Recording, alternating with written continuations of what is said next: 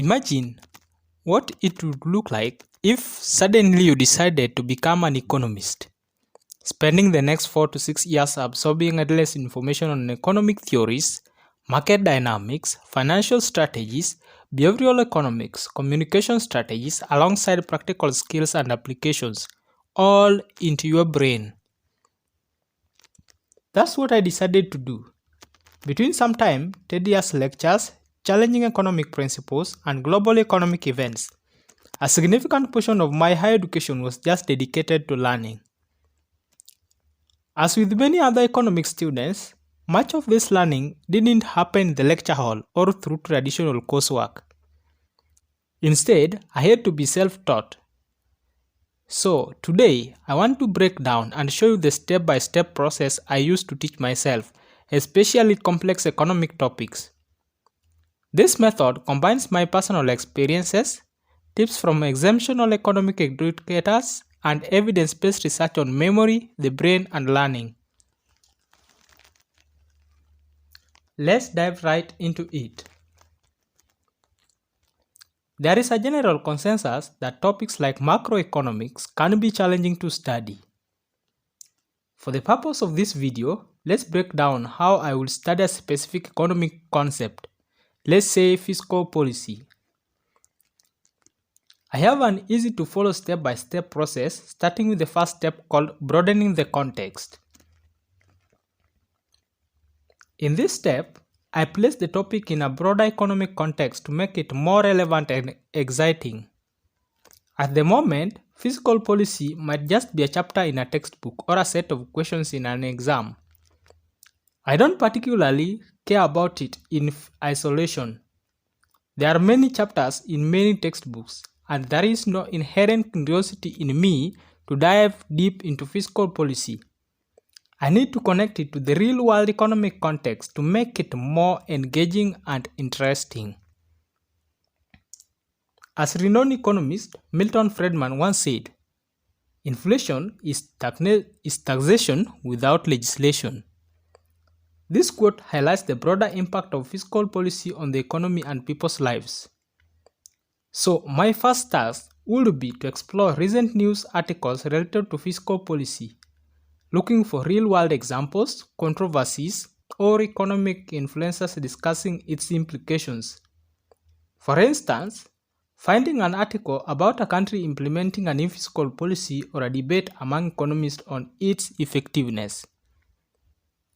By doing this, I aim to create a vivid mental image and connection between fiscal policy and real-world events.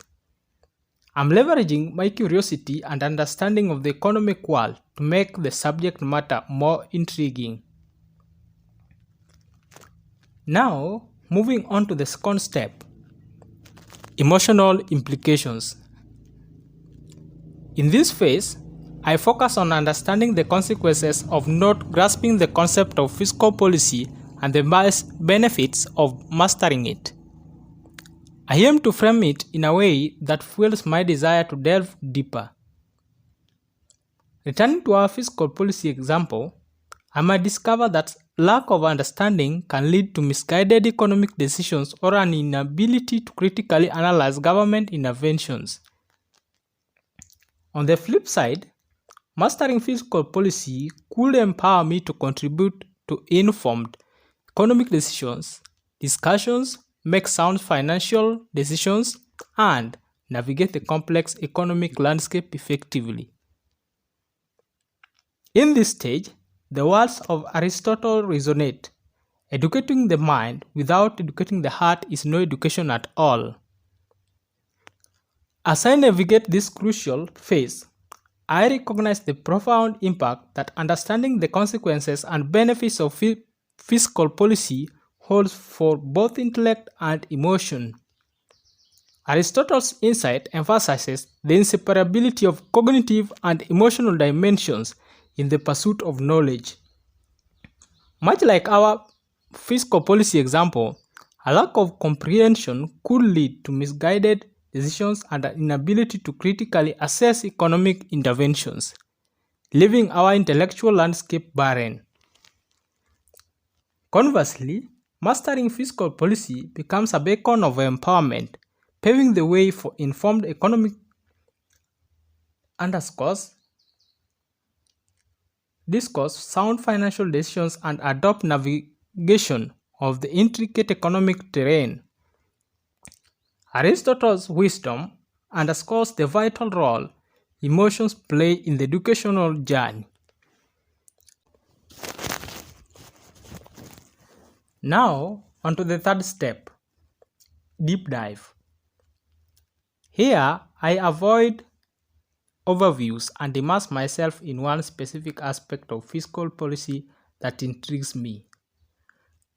Rather than trying to grasp the entire concept at once, I focus on a particular problem or question that captivates my curiosity. For instance, if the impact of fiscal policy on income distribution catches my attention, I'll narrow down my research to this aspect. I'll explore relevant economic theories, historical cases, and current debates surrounding fiscal policy's role in shaping income inequality. As Bruce Lee once stated, I fear not the man who has practiced 10,000 kicks and one, but I fear the one who has practiced one kick 10,000 times. This quote emphasizes the power of concentrated practice and deep exploration in mastering a specific skill or knowledge area.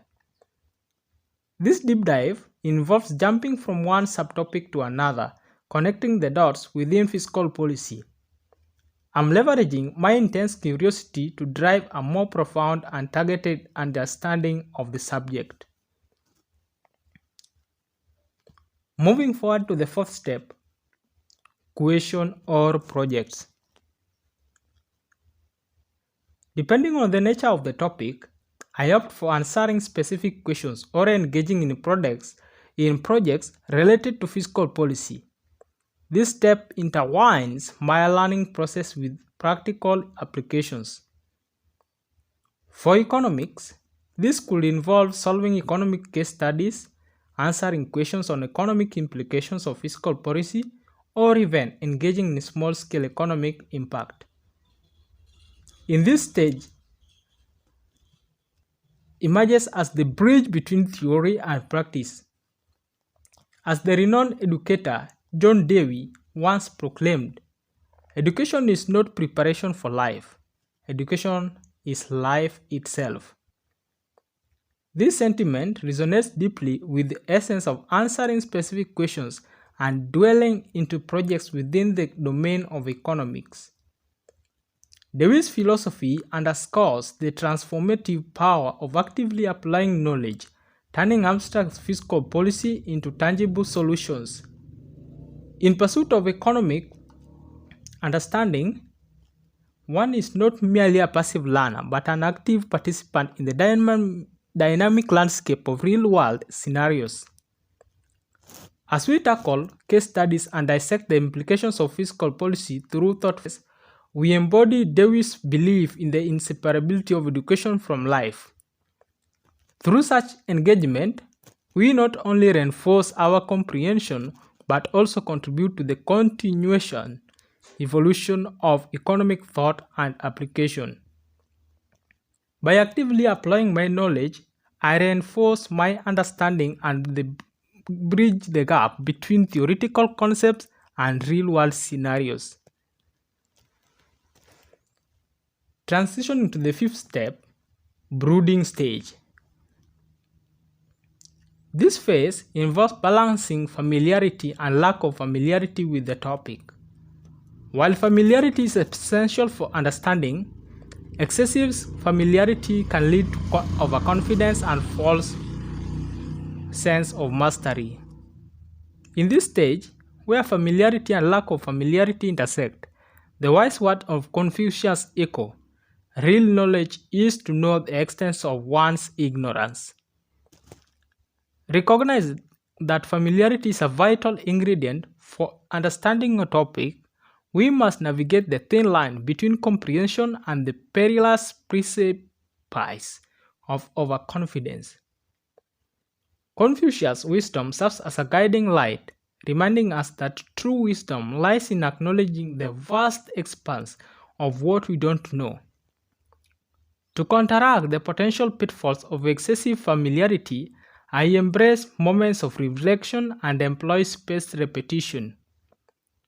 This deliberate approach allows the concept to marinate in my mind, preventing the dangerous assumption of too much familiarity. As he suggests, it is the recognition of our ignorance that propels us forward in the pursuit of genuine knowledge, creating a dynamic interplay between what we know and what we have yet to discover. Recognizing this, I incorporate moments of reflection and spaced repetition. I allow the concept to marinate in my mind, revisiting them periodically without falling into the trap of assuming too much familiarity. Finally, the sixth step, creating false deadlines. Acknowledging that learning complex economic concepts takes time, I set artificial deadlines to manage my expectations. These deadlines, though arbitrary, create a sense of urgency and help me gauge my progress. As we dwell in creating false deadlines, the wisdom of Seneca comes to my mind. While we teach, we learn. This encapsulates the essence of setting artificial deadlines in the pursuit of mastering complex economic concepts. Seneca's words resonate with the acknowledgement that the process of learning itself is a dual journey, one of acquiring knowledge and simultaneously understanding the nuances of effective learning strategies. By consciously imposing deadlines, even if it's arbitrary, I embrace the sense of urgency that propels my education voyage forward. His insights illuminate the symbiotic relationship between teaching oneself and gaining a profound comprehension of a subject. Just as teaching reinforces learning, the strategic use of deadlines not only manages expectations but aligns with the profound understanding that academic or non-fictional subjects often unfold at their own deliberate pace, requiring more time than we initially estimate. In navigating this temporal landscape, we discover that the pursuit of knowledge is not just a linear journey, but a dynamic dance between time, understanding, and self-discipline.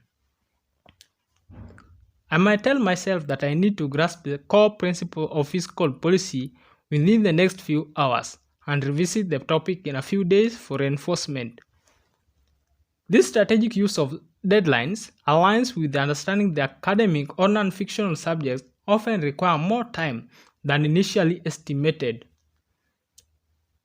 In conclusion, this method, adapted from medical and psychological learning techniques, transforms the often difficult process of learning complex economic topics into an engaging and effective journey. The combination of real-world context, emotional investment, targeted exploration, active application, reflective stages, and strategic deadlines makes the learning process more enjoyable and impactful. As you arrive at this juncture, I extend my heartfelt gratitude for embarking on this expedition into the realm to potent self-teaching methodologies. May these strategies prove not just insightful, but transformative in your personal learning pursuits. Wishing you a day filled with brilliance, compassion towards yourself, and a constant reminder the pursuit of knowledge is an exhilarating odyssey. Until our paths cross again, seize the day and farewell. Thank you.